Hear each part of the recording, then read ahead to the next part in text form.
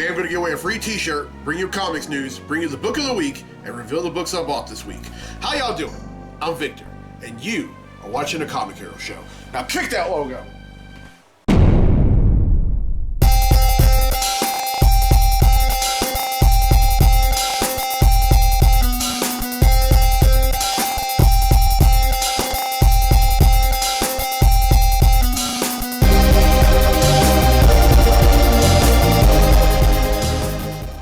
Welcome to this week's edition of the Comic Hero Show. I'm your host, Victor Nunley, and I am the Comic Hero.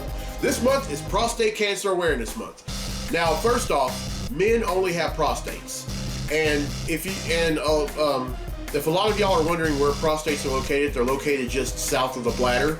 Now, prostate cancer usually happens within men who are 50 and above.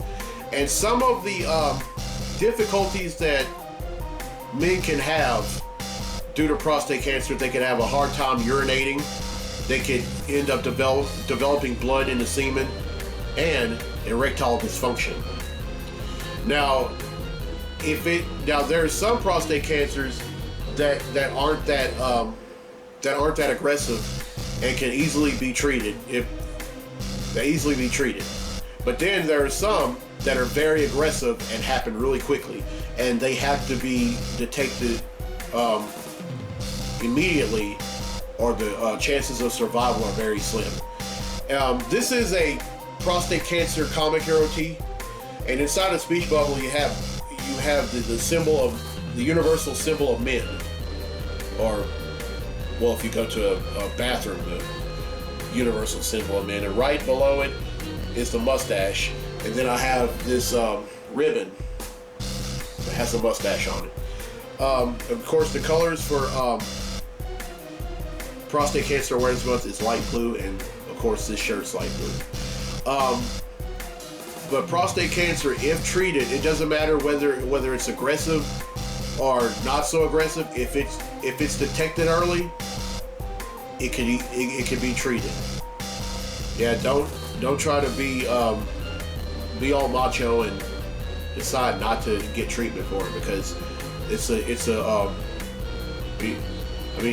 a difference between life and death, and I don't want to lose any viewers to cancer, much less prostate cancer. So, guys, if you think something's wrong, if you're having trouble going to the bathroom, if you're having erectile dysfunction, and if you're experiencing any of those side effects, please get checked out. All right, it's time to give away a free t-shirt.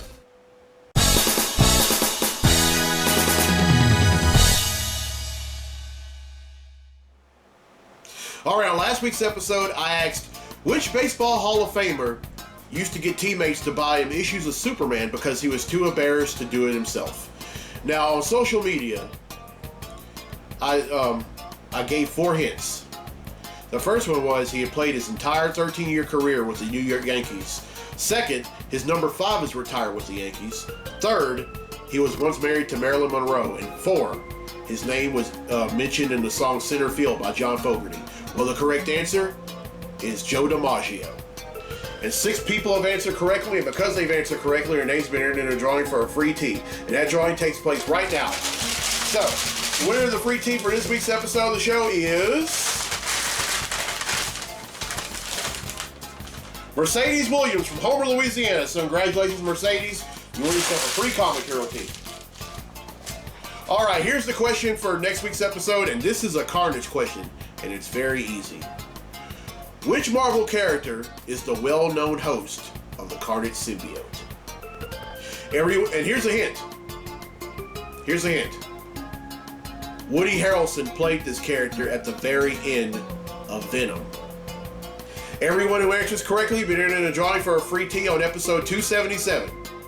Now it's time for Comically Speaking, so without further ado, let's talk comics!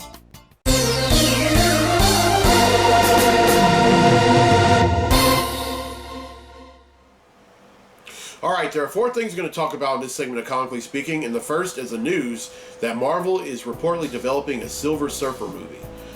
I think this is great. I mean, if they do the casting the writing, directing, and the production a lot of justice. I think this is going to be a great movie. Now you're probably wondering, Vic, wouldn't they have to come out? Wouldn't he have to appear in a Fantastic Four movie first? No. Yeah, sure, the Silver Surfer made his debut in Fantastic Four number 48 in 1966, but the Silver Surfer has an origin. I mean, he just because he made his debut, that doesn't mean he has to appear in a movie first. Excuse me. Now, for those of y'all who don't know, the Silver Surfer's real name was Norrin Radd, and he was living on this distant planet until Galactus chose him to be his herald. And once you become a herald, it's kind of hard to go back to living your normal life. I mean, the powers that Galactus bestows upon you, you have those powers for the rest of your life. And that's the case with the Silver Surfer. Now, the Silver Surfer's job as a herald was to go around looking for planets that have a lot of people and it's be a lot of people and well, just a lot. And then 8 days later, the Galactus shows up and he eats those planets. I mean, he sucks them dry. And I think that would be great. Now, this won't be the first time the Silver Surfer has appeared on the big screen. Now, in Fantastic Four: Rise of the Silver Surfer, that came out in 2007. Doug Jones played the physical role of the Silver Surfer, while Lawrence Fishburne played the voice of the Silver Surfer. And quite honestly, that was one of the few bright spots of that movie. And I'm not opposed to them going at it again. I think that would be great. And I mean, because as I said, that character played one of the few bright spots in that movie. I mean, Doug Jones was unbelievable as he was with just about every role that he's played. But he also killed it when he played Abe Sapien in Hellboy 2: The Golden Army, and I believe that he could do it again in this movie. And Lawrence Fishburne playing the voice, spot on. And I think Marvel should consider casting them again for this movie. All right, now the second thing is that Marvel has been rumored to be eyeing Ronda Rousey, current WWE diva, for the lead role in She-Hulk. Now, I honestly don't think that's a good idea. I mean, casting her isn't. I mean, some folks say that she can't act. Well, I say that she can act, but I don't think her playing a superhero who's also a lawyer would be a good fit for her. I think now one of my viewers had said that that they need to find someone with an actress with a certain physique, because CGI can only do so much. Well, that may be true, but I believe. But hey, look at the Hulk. I mean, when I'm talking about the last three actors that have played the Hulk, Mark Ruffalo, Edward Norton, and Eric Bana. All three of those guys were all CGI enhanced when they played the Hulk. Not Bruce Banner, but I'm talking about the Hulk. And I believe they could do the same thing with the actress that they cast to play She-Hulk. Now, who do I think they would cast? I honestly don't know. You would have to cast. I honestly would cast someone who I think would do well in terms of playing a lawyer. Now, I mean,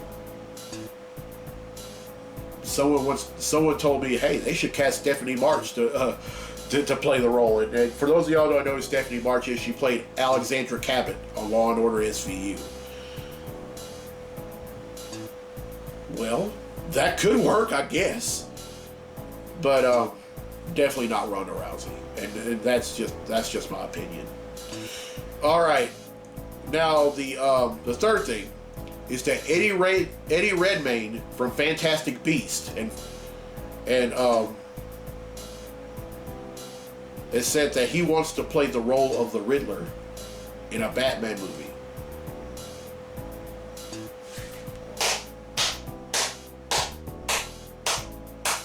That's all I have to say about that, because Redmayne would kill it as the Riddler. If there's ever a Batman movie where if Warner Brothers cast him to play the Riddler and he comes out in a Batman movie or even a standalone Riddler movie, I'll darn sure go see it, because I loved him in Fantastic Beast and in both Fantastic Beast movies, and I think he'll be and I think he'll be an unbelievable Riddler. All right, now the last thing, James Gunn has revealed the cast of the Suicide Squad, and those people are David Dastmalchian, John Cena, Jay Courtney, Joaquin Cosio, Nathan Fillion, Joel Kinnaman, Mei Ling Ing, Flula Borg, Sean Gunn, Juan Diego Botto, Storm Reed, Mr. Thank You Next himself, Pete Davidson, Taika Waititi, Alice Braga, Steve Agee, Tanashi Kajizi, Daniela Melchior, the 12th Doctor himself, Peter Capaldi, Julio Ruiz, Jennifer Holland, Viola Davis, Idris Elba, Margot Robbie, and Michael Rooker. Now, out of those 20 people, only Jay Courtney, Joel Kinnaman, Viola Davis, and Margot Robbie were in the first Suicide Squad movie. Of course, Jay Courtney played Captain Boomerang, Joel Kinnaman played Rick Flag, Viola Davis played Amanda Waller, and Margot Robbie just did a stellar, amazing, unbelievable, fantastic job as Harley Quinn. Now, I'm really stoked about this. I mean, James Gunn has really outdid himself with the casting, and he's writing and directing this, and he's writing and directing this movie, and even casted his brother Sean in this movie. Oh, and my apologies to all folks who like Pete Davidson, charging to my head, not to my heart. But yeah, I think it's a great cast, and they got the right guy to write and direct it. Can't wait for it to come out. Or as legendary NFL linebacker Bart Scott used to say, "Can't wait." All right, that's it for Comically Speaking. Now it's time for the Comic Hero Book of the Week. Let's do this.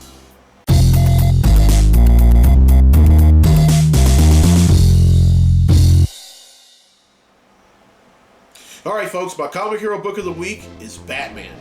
Now, right now, first off, of course, Batman was created by Bob Kane with Bill Finger in 1939, and made his debut in Detective Comics number 27, and he's become one of the most famous comic book characters of all time.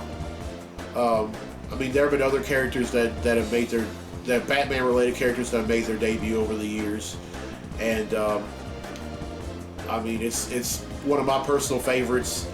And this book is written by this series, since 2016, has been written by Tom King, and it's had art by different artists like David Finch, Tony Daniel, Mikhail Yanin, and several others. And right now they're in a story arc called City of Bane.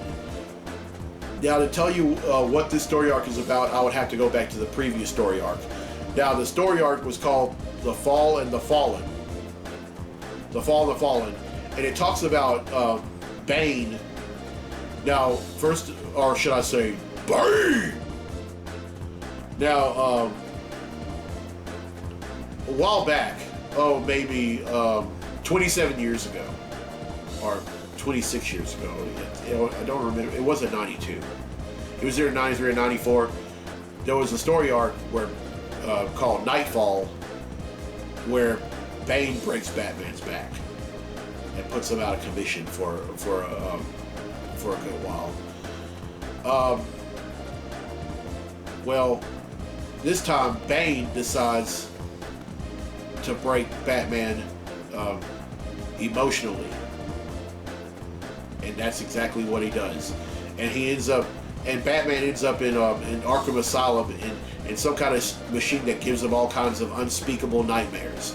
Now, he gets out of it, but then he's met by the Flashpoint Batman, which is Dr. Thomas Wayne.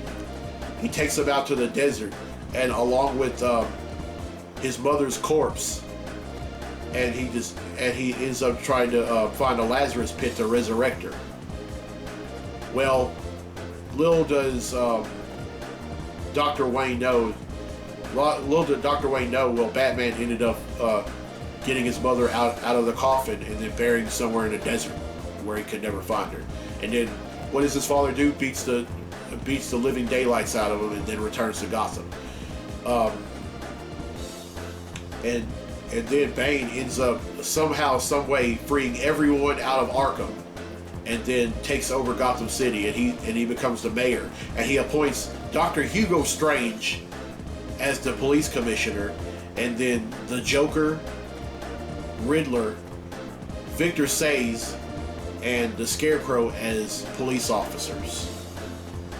And then they appoint the Flashpoint Batman, Dr. Thomas Wayne, as their Batman, and then Gotham Girl as their version of Robin.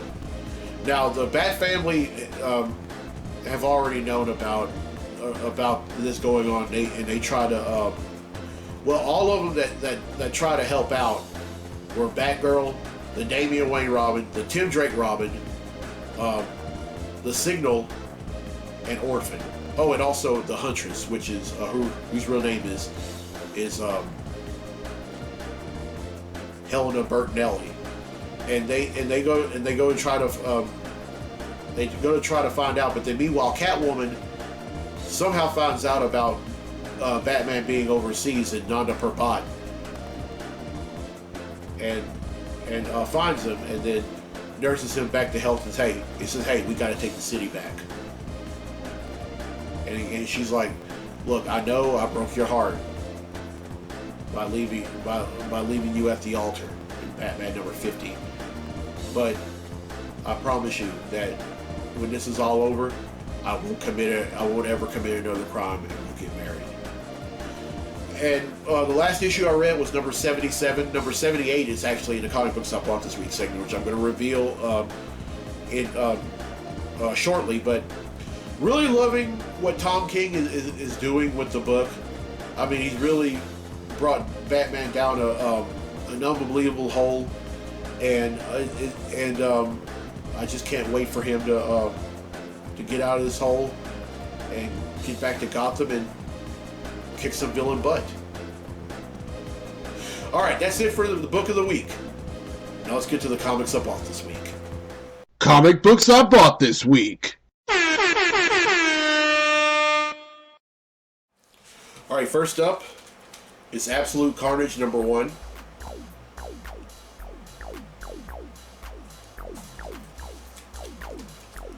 Guardians of the Galaxy number 2.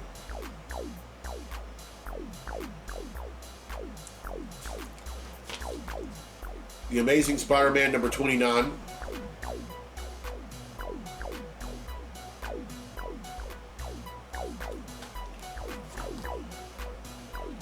Batman number 78.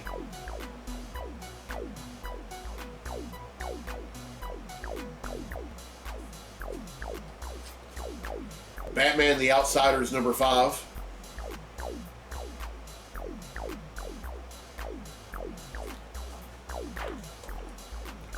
Captain Marvel number 10.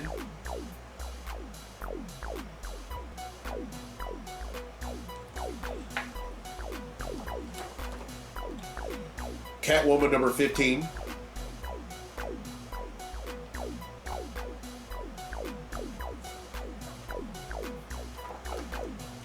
Detective Comics number 1011.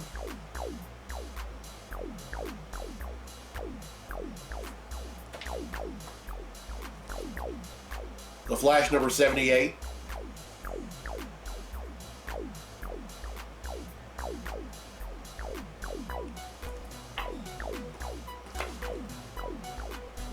Justice League Odyssey number 13.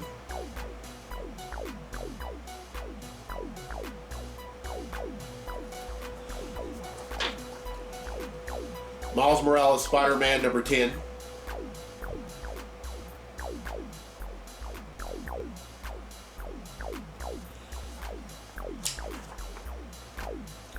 Venom number 18.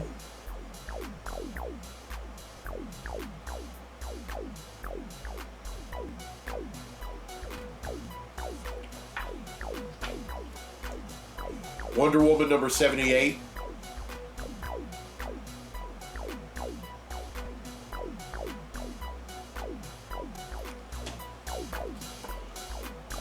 Young Justice number 8.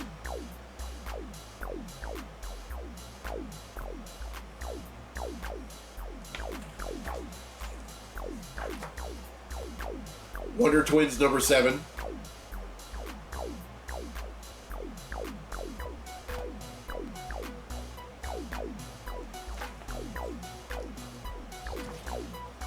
Powers of X number 4.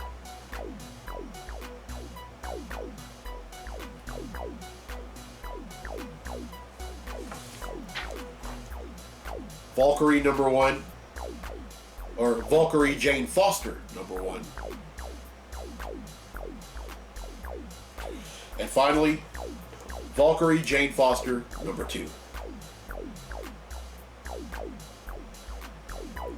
Alright, that's 18, which brings the total number of comics that I bought since December of 1997 to 9,596.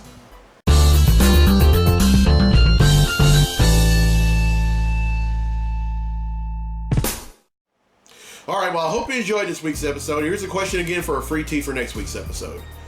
Which Marvel character is the well-known host of the Carnage symbiote? Everyone who answers correctly will be in a drawing for a free tee on next week's episode.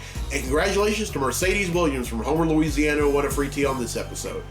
Alright, well, if you're a guy and you're watching this and you have prostate cancer, or you think you may have prostate cancer, or if you're a man or a woman and you know someone and you think who thinks they may have prostate cancer, first off, if you're a guy that has prostate, if you think you do, go get checked out immediately. And if you're a man or woman who knows someone who may have prostate cancer, please talk them into going to get checked out. I mean, it's a matter of life and death. I mean, there's just no ifs, ands, or buts about it. It's a matter of life and death. And I don't want anyone to lose their lives because of stubbornness. Because if there's something wrong with you, and it doesn't matter what it is. It doesn't matter if it's prostate cancer, breast cancer, anything like that. Anything. If you're feeling something out of the ordinary, go get checked out. Go get seen by a doctor. I mean, you only have one life to live, and you can't just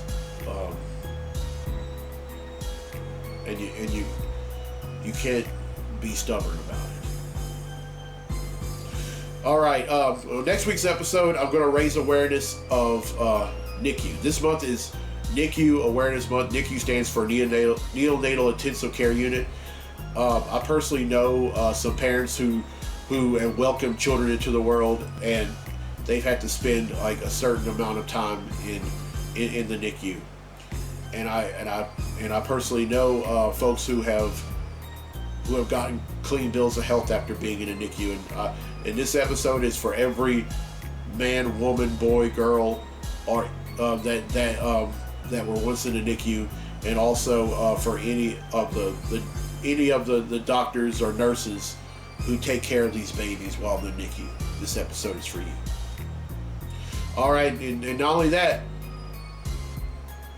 the 6th anniversary episode's coming up in a few weeks. I can't wait.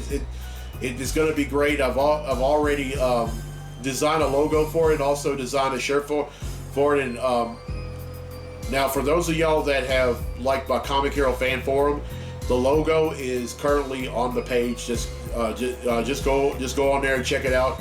And then I'm going to do the shirt, and y'all will be able to see it on there as well. All right, I'm Victor Nolly on the Comic Hero. I'll see you next week for episode 277. So until then, be safe, be blessed, be a hero.